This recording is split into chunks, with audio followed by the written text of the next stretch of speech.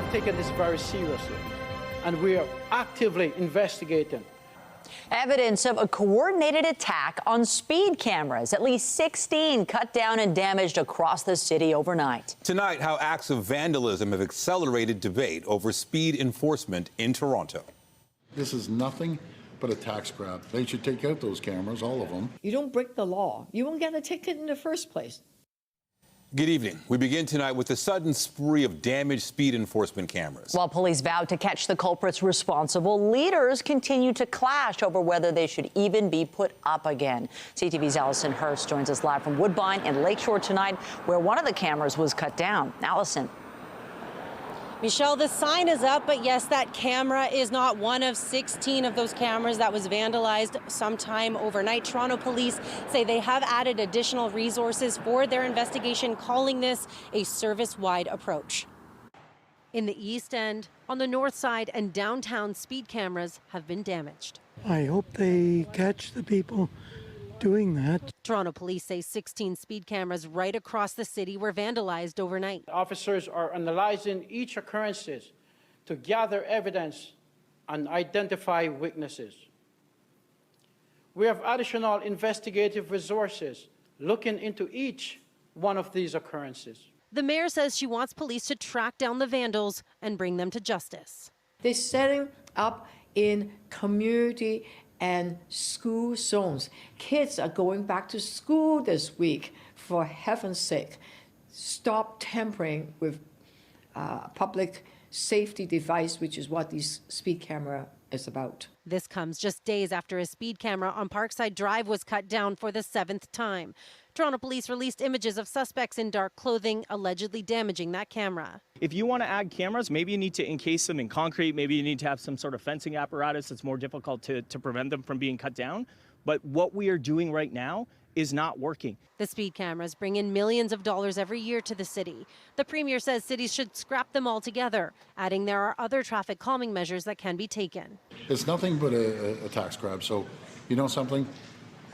Hopefully the cities will get rid of them, like Mayor Del Duca did in Vaughan, or I'm going to help them get rid of them very shortly. A gut punch to traffic safety advocate Jess Speaker, who says she was hit by a reckless driver in 2015. He would support walking back. A life-saving public health measure like this is shocking and disgusting. Residents we spoke with say there's a place for those cameras. I think we need those speed cameras so people won't speed. And I'm not too thrilled with Doug Ford saying he's going to make us get rid of them. I think they've really got their place. Yeah, especially on beside the park, on Parkside. I'm okay with them, yeah.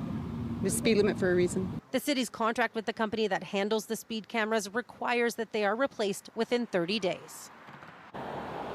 And just in the last hour, we received a response from a spokesperson with the Ministry of Transportation telling us what next steps they may take following the Premier's comments. The statement reads, "We are exploring alternative tools to enhance traffic safety without the use of automatic speed cameras that are nothing but a cash grab. We want the cities to take steps to remove them. Otherwise, we are prepared to help get rid of them when the House returns in the fall." And the House returns on October 20th. Reporting live, I'm Allison Hurst. Michelle, back to you. Thank you, Allison. And our coverage continues online. If you want to have a closer look at those suspect photos released by police, head to ctvnewstoronto.ca. Also tonight, cracking down on encampments. Barrie's mayor declares a state of emergency to reclaim the streets, parks, and public places. The controversial plan coming up. But first, to closing arguments in the trial of a man accused in a crash that killed an off-duty police officer. York Regional Police Constable Travis Gillespie was 38 years old when he died in a head-on crash in 2022. A Markham man is accused of impaired driving and dangerous driving causing death. CTV's Janice Golding joins us live from the Newmarket Courthouse. Janice. Hi, Nathan. It was at 6 a.m. on September 14th, 2022, that Officer Travis Gillespie would lose his life in an accident. Nearly 3 years ago, to the day that friends and family say they've been waiting for justice. How are you feeling today? You see a lot of family and friends in the courtroom here. They say they're seeking justice. How are you feeling? Alleged impaired driver Howju Joe was silent as he emerged from the Newmarket Courthouse today. Thank you. No words from more than a dozen friends, family, and colleagues of a fallen York Regional Police officer killed in an early morning crash 3 years ago. It's pretty tough. We're just hoping that this can all end soon and we can start to heal. Constable Travis Gillespie's mother and partner sitting through hours of submissions today as defense attorney Paul Aubin tried to cast doubt on whether Joe, who has pleaded not guilty, was actually impaired in the 2022 crash that killed the off-duty York Regional Police Constable. This afternoon, Aubin argued that despite the fact Joe was continuously under police observation for 3.5 hours after the accident, not a single officer said, "I thought he was impaired." Aubin, who was arguing Joe fell asleep at the wheel, went on to say the classic signs of impairment were almost entirely absent, saying no witnesses saw Joe with a flushed face, noted any slurred speech or a lack of comprehension, adding there was no evidence he was driving dangerously or driving erratically. Aubin said while Joe was observed walking with some difficulty, he said that could be attributed to the accident itself, given officers saw Joe complaining of pain, wincing, grimacing in pain.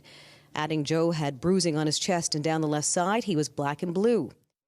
Constable Travis Gillespie, who was 38, was driving to work in Richmond Hill when his white Honda Accord was struck head-on by a black Porsche Cayenne. It hurts. It's law enforcement is a small community in and across Canada, and whenever we lose one of our own, it hits us all very hard. Joe, the driver of the Porsche, was arrested at the scene and later charged with dangerous driving and impaired driving causing death.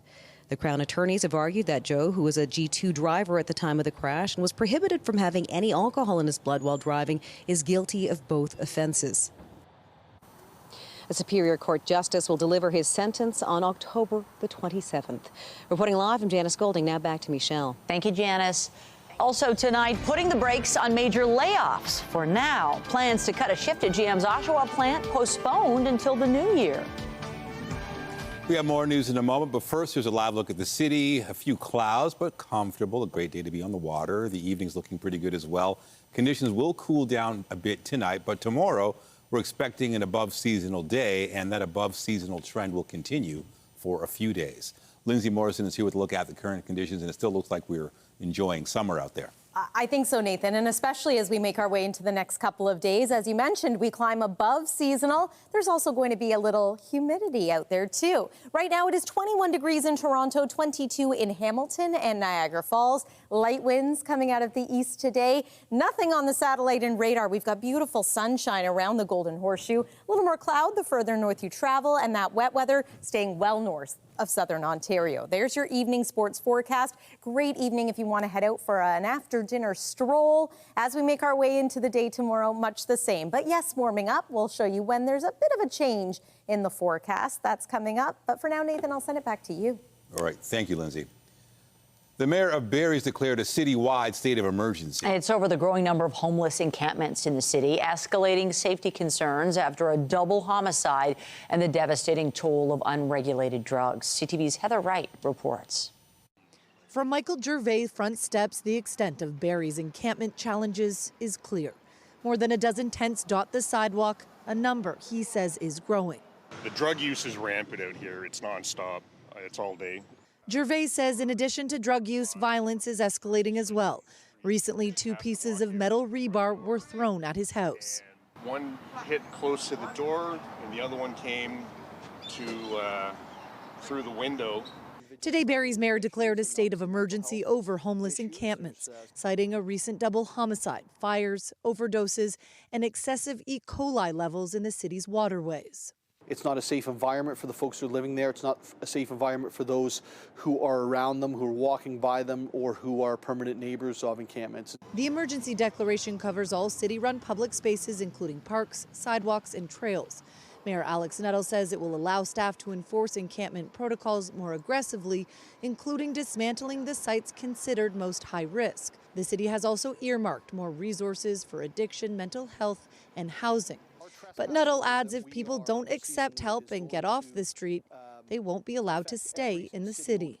The folks who've been offered help and offered support, if they don't take it, that's their choice. That's not the people of Barrie's choice. Encampments have been growing in cities across the country, especially since the pandemic. A lack of affordable housing, limited support services, and nowhere else to go have pushed many to live in tents. Those we spoke with today who didn't want to appear on camera worry about being forced to leave or forced into shelters where they don't want to go. Advocates say simply removing encampments doesn't address the root issue, simply moves the problem elsewhere. Barrie has not said when they will begin removing these sites, but say it will likely take months. Heather Wright, CTV News, Barrie, Ontario. In Hamilton, police have made a third arrest in a shooting that took the life of a Mohawk College student earlier this year. Harsimrat Randhawa was shot and killed April 17th while standing near a bus stop at Upper James Street and South Bend Road. Investigators say 29-year-old Jaden Jones was taken into custody in Toronto yesterday and faces several charges, including first-degree murder. A 32-year-old and 26-year-old were also arrested last month. Anyone with information about the case is asked to call police or Crime Stoppers. A 14-year-old boy has been arrested and charged with attempted murder in connection with a double shooting in Scarborough. It happened August 31st on Tansley Avenue near Danforth and Eglinton. Two men who were shot were taken to hospital with serious but non-life-threatening injuries. In addition to attempted murder, the boy is facing a number of charges, including failing to comply with a release order. We turn to the impact of cutbacks at Ontario colleges. There are fears thousands of faculty and staff could lose their jobs. One union is raising questions about why billions of tax dollars are being spent on private skills training. As CTV's John Woodward reports, getting answers about a particular grant is proving harder than expected. Oh my goodness, look, the Brussels sprouts are in. Chef Karen DeVoe tells her students at Loyalist College that picking the right ingredients is crucial. We have such a vibrant culinary scene out here in Prince Edward County. Her culinary programs are among 24 getting cut at Loyalist College this year. The college blamed a sudden loss of international students and low provincial funding. It was completely shocking. Same story at colleges across the province. Hundreds of programs axed, their union OPSU projecting 10,000 job losses as it prepares for a strike as soon as Friday. When I see these 10,000 jobs lost, it is devastating. Union President J.P. Hornick says meanwhile spending on private skills training is surging. That money is more than many of the small colleges received in 2024. Some $2.5 billion so far has come from the province's Skills Development Fund, or SDF. The provincial government says it's a novel way to retrain workers amid the twin hits of COVID-19 and U.S. tariffs. $11 million of that went to Scale Hospitality to train at-risk youth to work in its network of restaurants. So submitted late and scored low. The NDP's Jamie West told a legislature committee bureaucrats ranked Scale Hospitality's application at just 51%. It was approved anyway. He said one former staffer in Premier Doug Ford's office who worked on it was Amin Massoudi, among those who got massages in a Las Vegas spa with developers eyeing the province's protected greenbelt. Massoudi, whose lobbying firm later represented Scale, said this program worked directly with at-risk youth and marginalized individuals, saying everything about it was appropriately registered and fully compliant. The Labour Ministry pointed to dozens of projects under SDF and said, "We are proud of the success of our programs that are strengthening Ontario's workforce for years to come." There are performance indicators, and each eligible application is evaluated based on a criteria set out in the SDF training guideline. Those answers don't satisfy OPSU. All of a sudden, these friends of Ford's are getting more money. This has like shades of the Greenbelt all over it again. I'm really focused on the hope and the possibility of reinstating these programs. Programs DeVoe believes were a key ingredient to food tourism in Prince Edward County. John Woodward, CTV News. General Motors now says its shift cut at the Oshawa plant will take effect early next year. GM Canada says the facility will continue operating on 3 shifts through to January 2026. And after that, it will return to 2 shifts. The company says the timeline reflects current production plans and insists the automaker will work closely with Unifor to support employees through the transition. GM originally announced the move in May following the announcement of U.S. tariffs on Canadian-built vehicles. Prime Minister Mark Carney has been teasing an announcement on housing in the next few days. It will come after new numbers show housing starts are at their lowest level in 30 years in one region where the need is the greatest. CTV senior political correspondent Mike Lecoutel reports. The Canada Mortgage and Housing Corporation says slowdowns in Vancouver and Toronto weighed on the overall number of housing starts, and there is a concern it could affect housing supply in the future. Home building in Toronto fell to its lowest level on a per capita basis since 1996. According to a report from Canada's National Housing Agency, Vancouver also saw a drop in housing starts, compared to the first half of last year. There's this slowdown in activity that will potentially recreate kind of those issues in terms of pressures on prices, pressures on rents. The CMHC says pre-construction sales are slumping by double digits in Toronto, which is forcing developers to delay project launches in a city that is in desperate need of new homes. The cost of construction has gone up drastically, and the number of people that are out there looking to buy has gone down again drastically as well. A near record pace of apartment construction in Calgary, Edmonton, Montreal, Ottawa, and Halifax helped offset the sluggish numbers in Vancouver and Toronto. Developers believe cities could see even more growth without municipal development charges, which help pay for roads and sewers. We need to be able to reduce that for, even if it means just completely eliminating it for a good period of time so that our industry can pick up. Red tape is another complaint, which Conservative leader Pierre Poilievre would reduce with a suite of measures. Get rid of the sales tax, cut the development charges in half, speed up the permits, zero tax on reinvested gains. In a statement, a spokesperson for Housing Minister Gregor Robertson said the government is going to build homes at a pace and scale not seen in generations, pointing to a yet-to-be-announced program called Build Canada Homes. However, there are still no details on the measures the Liberals intend to implement. Mike Lecouteur, CTV News, Ottawa. The federal Liberal caucus met for a second day in Edmonton as it prepares for the return of Parliament next week. Rural, Indigenous, economic and regional meetings were on the agenda for day 2. The Prime Minister is due to attend tomorrow and Thursday. Mark Carney has been promising for weeks to release a list of initial projects he wants to fast-track using the Liberals' new major projects legislation. The PM has hinted about announcements on ports and housing. Massive explosions rock Qatar, and Israel calls it an assault against the senior leadership of Hamas, saying they were using Doha as their headquarters. It's an unprecedented attack, but not the first time Israel's gone after the people behind the October 7th massacre. CTV's Adrian Gabriel has the details. Smoke paints the sky black on a dark day in Doha. It certainly is an escalation of this war. The deadly daylight air assault is believed to be Israel's first ever inside Qatar. This Hamas residence, now left with a gaping crater in the capital, is said to have been the target, just as the latest ceasefire proposal was being considered. Hamas says that 5 of its members were assassinated in the attack, including the son of exiled chief Halil al-Hayya. Though al-Hayya, seen here, who is believed to be the prime target, has survived, according to Hamas. These are the same terrorists who planned, terrorist chiefs who planned, launched, and celebrated the horrific massacres of October 7th. As Israel's prime minister took responsibility, the attack is sending shockwaves across the international community. I condemn this flagrant violation of the sovereignty and territorial integrity of Qatar. Britain's prime minister saying the priority must be an immediate ceasefire, the release of hostages, and a huge surge in aid into Gaza. In Israel, the families of hostages believe today's airstrikes may have sealed the fate of their loved ones. Crushes the hopes of all of the families. It's just, it's devastating. There were several days ago warnings from the Israeli Defense Forces Chief of Staff that Israel was going to start targeting Hamas's leaders no matter where in the world they might be. Israel's air assault in Doha comes after Hamas's armed wing claimed responsibility for shooting and killing 6 people on Monday at this bus stop in the outskirts of Jerusalem. The latest escalation comes as Israel issued an evacuation order today for residents in Gaza City, with the IDF sharing its intentions for a full-scale operation.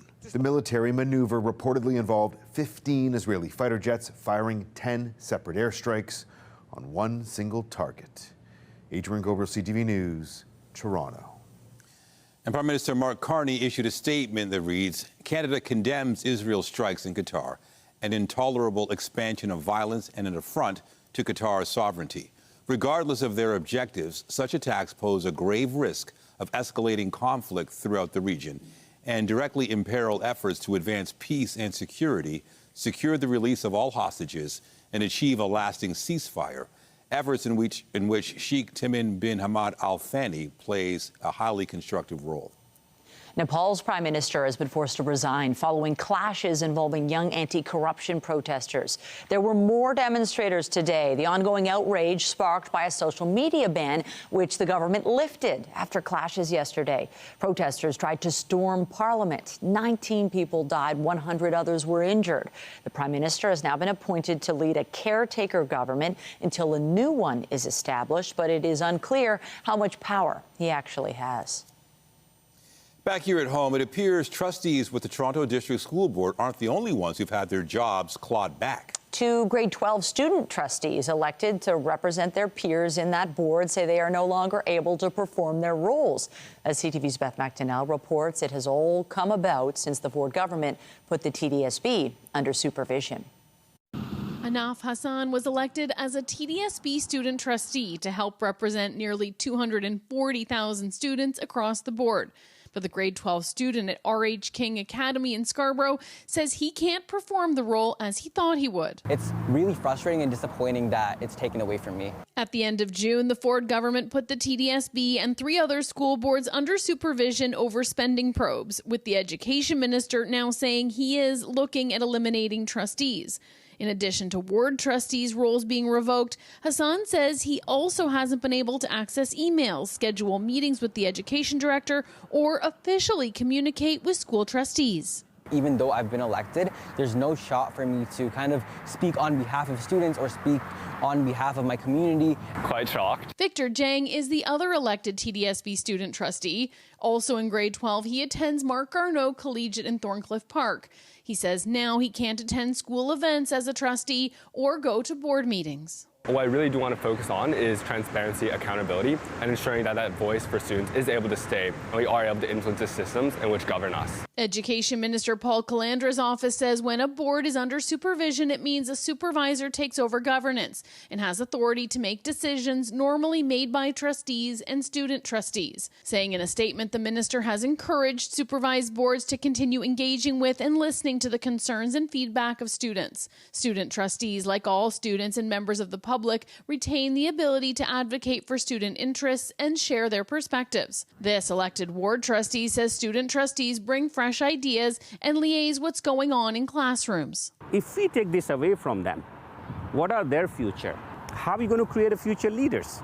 And this is what ANAF and student trustees are all about. Both Hassan and Jang say they're committed to speaking up outside their roles as student trustees and hope to work with whoever is in charge. They don't want to be silenced by board supervision. Beth McDonnell, CTV News.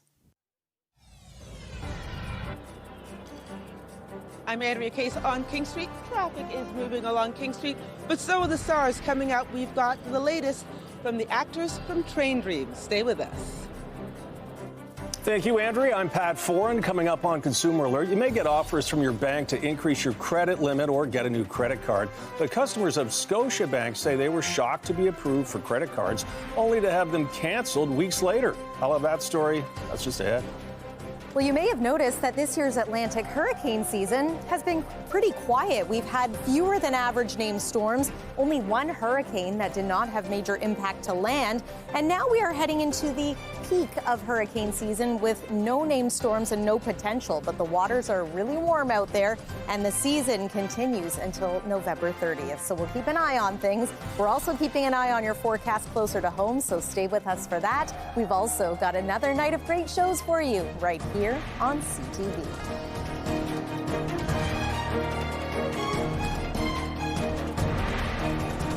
When you see it happen, send it to CTV News. Text 10400 from your screen to ours. Text 10400.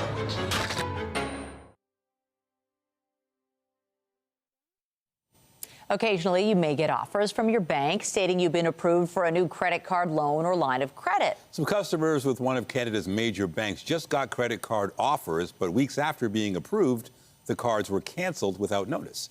Here's Pat Foran and Consumer Alert. Pat.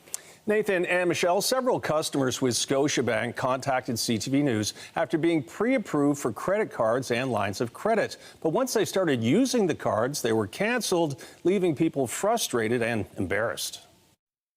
I was really happy when I saw it. They pre-approved me at $5,000 at first, which was really good. Taylor Potter of Barrie says he was pleasantly surprised to get approved for a credit card for $5,000. It arrived in the mail from Scotiabank, but weeks later, his mother Victoria says the card quit working. He goes down to the bank, and on his way down there, he went to go get gas. And his credit card was declined. When Potter called the bank, he was told he never should have been issued the card in the first place. They tried to tell me it was a glitch in their system and that they don't know what's going on. I received on my online banking an offer from Scotiabank for a pre-approval of a line of credit. Amanda Woodward of Newmarket had a line of credit approved for $7,500. She was buying clothes for her children to go back to school when her card was declined. They told me that the card was given to me in error and that it should have never been offered or approved or activated. When CTV News reached out to Scotiabank, a spokesperson said, "We can confirm some Scotiabank clients recently received an offer for a pre-approved Scotialine personal line of credit or credit card they were not eligible for. We understand the frustration this may have caused and sincerely apologize to those who received this offer in error." Potter was told the money charged to his card will now be treated like a higher interest cash advance. They're also changing it from an interest rate to a cash advance, which I said, so how does that work out? Woodward feels it's unfair to issue customers credit cards and then snatch them away. Pretty much the customer service agent was just telling me too bad, so sad. Like it was given to hundreds of people in error and there's nothing we're going to do about it. Scotiabank says the closure of the account should not impact the credit rating of affected bank customers. It says it's reaching out to clients to provide clarification as to what happened. And it shows banks can cancel loans, lines of credit, or credit cards even after they approve them. It might seem ideal to get pre-approvals from banks, but you also want to be careful you're not taking on too much debt. On your side, I'm Pat Foran. If you have a consumer story idea, email us at alert@ctv.ca. Well, look at that live shot behind us. It is a lovely evening in the city of Toronto and beyond. And I think the wonderful thing is that we have so many more days of this beautiful September weather ahead. Yeah, the month of September is just going well, and I guess summer is ending on a pretty good note so far. Yeah, and for many of us, summer continues, doesn't it? It sure feels like it. Things are going to change a little bit as we head into the weekend, which maybe isn't the best timing, but change must come eventually. Let's talk about the short range, though. It has been a lovely day today, as mentioned. Check this out as we head into the evening. Golden hour creeping a little earlier into the evening, but boy, oh boy, no complaints. How gorgeous is that? Lovely night for a sail. We've got light winds right now. I did already mention our sunset time tonight is going to be about 7:39 p.m., so about an hour from now. Get outside and enjoy after our newscast, if you can. 21 degrees is where we stand right now. 20 in Ottawa, 22 in Windsor. A little cooler in parts of northern Ontario today. 14 degrees this hour in Timmins and 17 in Sudbury. There's been some active weather in that part of the province, but it's not a concern for us here in the south. Seasonal norm, 22 degrees. That's where we were, or at the very least close to it for the majority of the afternoon today. Royal Island, the provincial hotspot, at 24.5 degrees.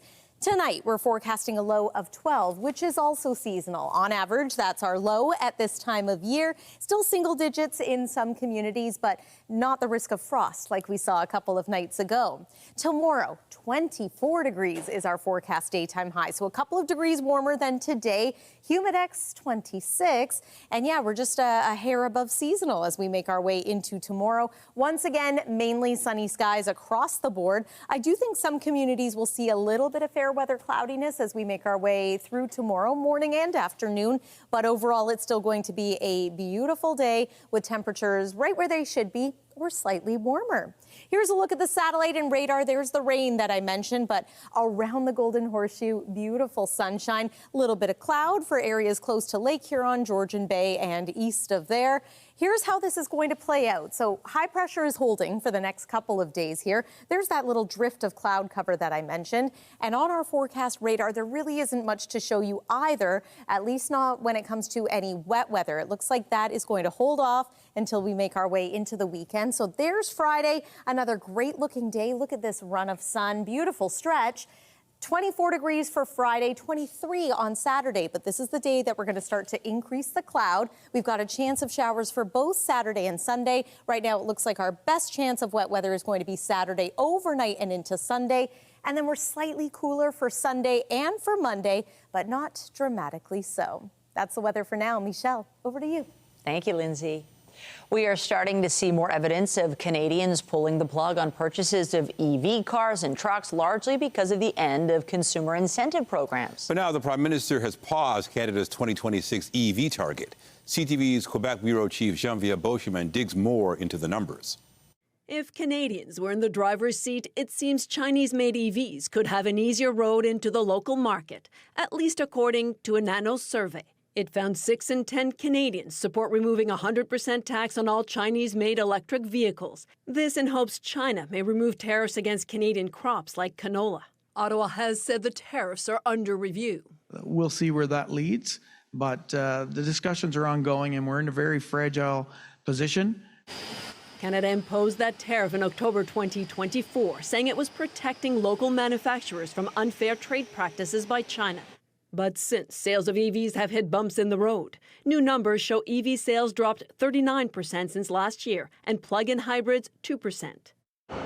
Statistics Canada points to rebates for zero-emission vehicles drying up. That drives up the cost of EVs. Some say a mix of incentives, mandates, but also a more open market could help boost sales. It's going to be a more efficient transition if we open up the market so that anyone who can provide quality electric vehicles that our consumers choose to buy, there will be only that much more choice for consumers. Without tariffs, but also without adding the costs of safety certification and shipping, the price tag for a Chinese-made Seagull by BYD, now the world's largest EV manufacturer, is around $13,800. Some in Canada's industry say the low cost could come at a high price. Certainly, running around with a blind spot isn't good, but also giving away your market because pressure, because EV enthusiasts would like to see these Chinese vehicles. Well, the enthusiasts don't employ anybody. Ottawa has said that Canadian consumers deserve cheaper EVs, but some manufacturers say scrapping tariffs isn't the way to go.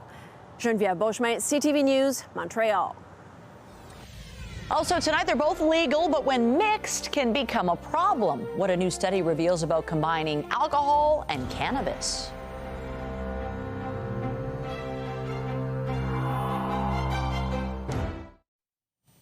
There have been studies looking at the effects of cannabis on young brains and separate studies looking at the effects of alcohol. But now there's a new study looking at the impact of the two together on young people with legal access to both. CTV's health reporter Pauline Chen has those details. Studies looking at alcohol use with marijuana have been done before, but mostly in the U.S. when cannabis was illegal. But the study by Jeffrey Wardell looks at Canada after marijuana was legalized. We were going to do it in a legal environment to see, what did this look like? What does this look like now that young people can access it? Recent figures show 50% of Canadians aged 19 to 25 use marijuana to some degree, and Wardell's study focused on the motivations behind using pot and alcohol, particularly together. And we know that when you use two drugs together, they can have interactions. And so we were interested in understanding that. In a new technique, the 150 participants used an app during 3 periods over the course of a year to accurately record when and how they used the two substances. They found that young people tended to use both substances during times of stress or negative emotions. The reason they give is because it gives them a more intense high. They're trying to really avoid those emotions, and combining the two drugs produces more intense subjective effects. But in doing that, Wardell says there was also a higher risk of other health dangers. Greater risk for dependence or substance use disorder developing over time if you combine drugs, as well as other mental health outcomes. So being at greater risk for worsening depression, worsening anxiety. Wardell has advice at a time when young people are beginning the college term or undergoing other stressful new situations. Just be mindful that this isn't probably a good strategy, that even though maybe in the immediate term using cannabis and alcohol or combining the two especially might make you feel better. He says employ good judgment in your substance use and seek other ways like exercise or talking to others to alleviate stress. Pauline Chan, CTV News. Turning now to our coverage of TIFF. It is night 6 of the film festival, and there has been no shortage of stars walking all the red carpets. Our Andrea Case joins us live now with the latest premiere. Andrea. Hey, Michelle and Nathan. I just saw a couple of security guards here. So at TIFF, the celebrities have a certain, let's say, special type of bodyguard, security guard. So a couple of the guys I've known for years are just going by and saying hello. They never let me get close to the stars, no matter how nice I am to them. They continue to do their job. So to the security people here at TIFF, keep up the good work, and one of these days I'm gonna slip by you. Okay, enough about me. Let's talk about why I'm here on King Street. So we just came from the red carpet for Train Dreams. It is a film based on a book about a logger who is in the Midwest and is helping to build obviously the railroad. It stars a number of people, including Carrie Condon, who was in F1, and she actually left the F1 movie because it took so long to film, made this and went back to it. We have William H. Macy in it, as well as Felicity Jones. But let's start with Joel Egerton, who's been to TIFF many times and tells us the reason why he loves this festival. We all see ourselves as fairly ordinary in some way, and yet I think that we underestimate how extraordinary everybody's life is, and we follow the life of one man. And you realize everyone has a story, and this story is remarkable. I just wanted to be a part of it. I feel like a bit of a veteran now at TIFF, though. I think it might be my 6th time. And it just feels really, it's just such a good atmosphere. I've been to see a couple of films and they were absolutely packed, and there seems to be a real appetite for cinema, which is always great news. You're in a hotel room, but still, like, you get to meet a lot of people, and when I first came I didn't know anything about it and I was very nervous, so I was able to enjoy it a little bit more this time and just have be a bit more relaxed. Now you're more famous, that's the problem. I don't know, it still is a little nerve-wracking doing all the pictures. I don't know. That's not my forte.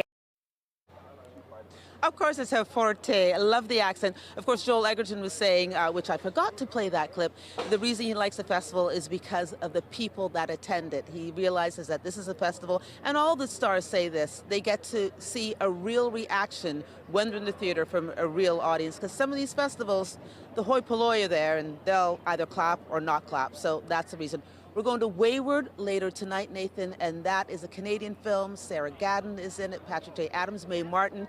So a happier story, or a funnier story than the one we just talked about. Anyway, that is it for now. I'm going to run off to my next carpet, and tonight at 11:30, I'll be back with Zoraida, and we'll tell you all about Wayward. That's it from here for now. Sounds good. I'm sure you won't have to sneak in through those bodyguards. Thanks, Andrea. After the break, removing the line of scrimmage. The Toronto Argonauts and Buffalo Bills announced a partnership to grow the game of football and engage Canadian youth.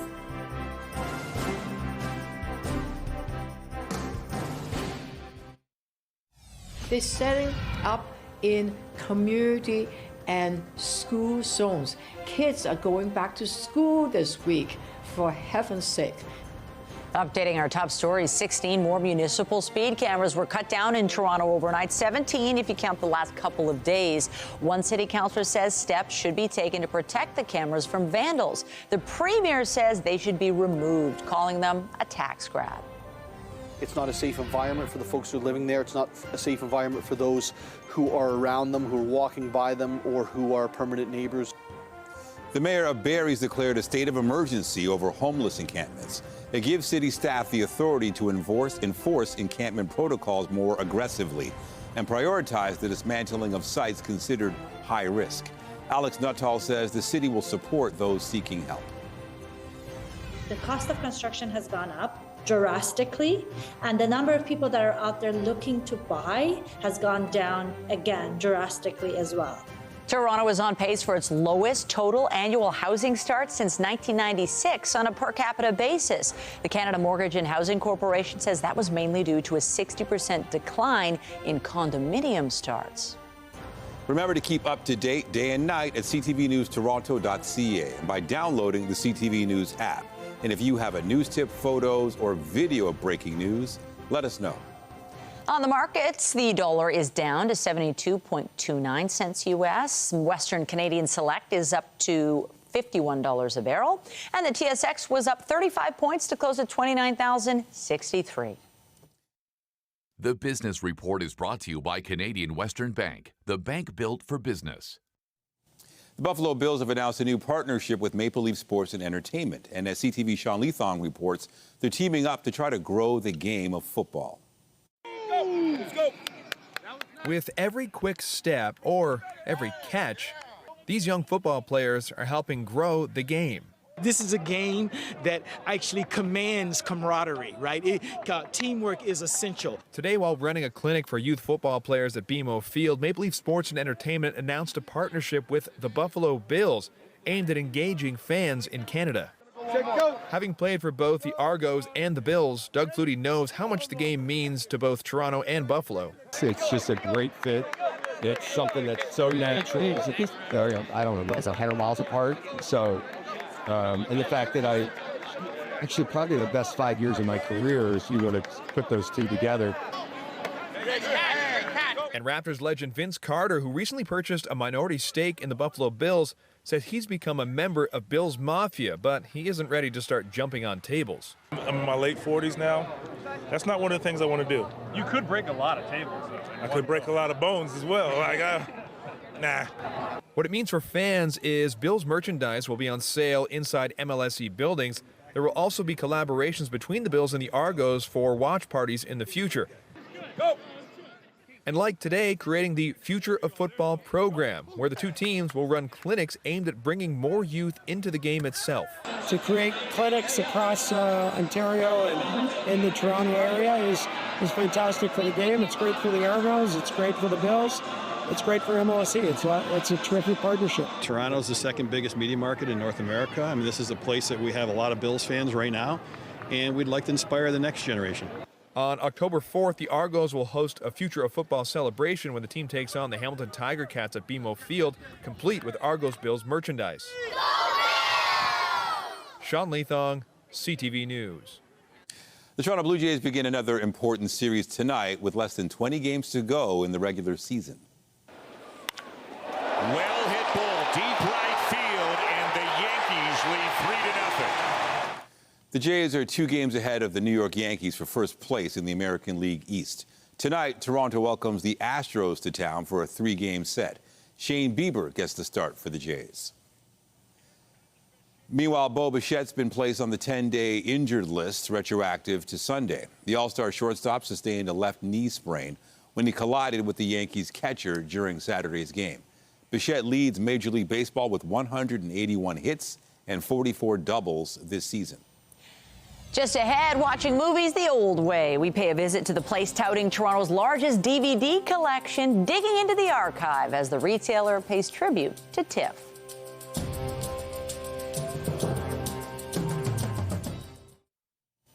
Finally tonight, remember a time when you wanted to watch a movie, you had to head to your local rental store. Who can forget? And that never ended for one downtown business. And as CTV's Jessica Smith reports, they're doing something special with TIFF in town. Action, adventure, comedy, horror, and more. From small indie films to big-time blockbusters, Bay Street Video has it all. We've got 40,000 titles to rent at a given point. We just did our inventory, so I know for sure that we're between 10 and 11,000 titles for sale. A staple in Toronto for 32 years, they have nearly every film from every genre dating anywhere from the late 1800s up to current blockbusters. This is A New Leaf, which is one of the funniest movies ever made. It's directed by Elaine May, who was one of the first women to break into Hollywood. We want to make sure that, we're curated by people, for people. In their ongoing celebration of cinema, every few months, Bay Street Video has a theme and lets you rent 2 movies for free. And in September, the talk of the town is TIFF. We've done movies shot in Toronto, good best soundtracks, quotable movies, and right now we're doing TIFF world premieres, so films that had their world premiere at TIFF. creating a sense of community for both those finding their first favorite flick to the seasoned cinephile. You come here partly for the experience of knowing that everybody here is sort of simpatico with your movie love and your movie obsession. Celebrating Cinema, Bay Street Video is an archive full of classics and maybe your next favorite film. Jessica Smith, CTV News. Doesn't that bring back memories, going to the video store? The good old days. Looking for something to watch. The one you wanted was never in, but that's okay. You'd find some other gem. Yeah, I mean, that was a classic Friday night for so many people. So, yeah, we'll have to check out that rental store. Tonight, though, good opportunity to maybe get outside and enjoy.